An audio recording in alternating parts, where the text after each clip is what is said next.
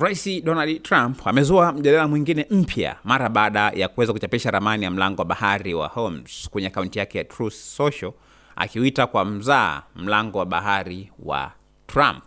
Lakini awali aliwahi pia kutumia jina la Trump Strait wakati wa hotuba yake, akisema kwa mzaa kwamba baadhi ya vyombo vya habari vimeanza kudhani ni kosa la kukusudia, ingawa alisisitiza kuwa si kawaida kwake kuweza kufanya makosa kama haya ambayo alikuwa ameyafanya.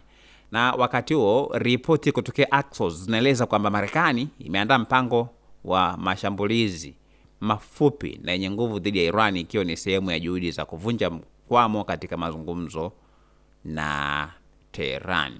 Lakini pia kuna uwezekano wa kuendelea kwa vikwazo dhidi ya bandari na usafirishaji wa Iran kwa miezi kadhaa. Iran inadaiwa kuvuruga usafiri kupitia mlango wa bahari wa Hormuz, njia muhimu kabisa ambayo inapitisha takriban theluthi moja ya mafuta na gesi ya dunia, huku pia hali hii ikiendelea licha ya kusitishwa kwa mapigano kwa kipindi cha muda mfupi kama vile ambavyo ilitokea. Kwa hiyo katika ramani hiyo inaonyesha ramani ya mlango wa Hormuz, ambapo tunafahamu kwamba kwa sasa hivi Iran ndio imekuwa kiratibu chochote kile ambacho kinafanyika, shughuli yote ambayo inafanyika katika mlango huo.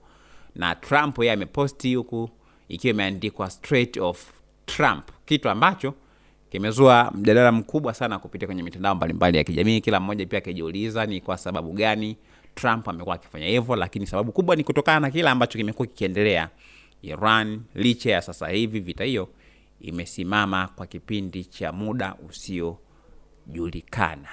Mtazamo wako na maoni yako ni yapi? Usiache kucomment, lakini pia usiache kusubscribe channel yetu ya YouTube ambayo inasomeka Dodoma TV.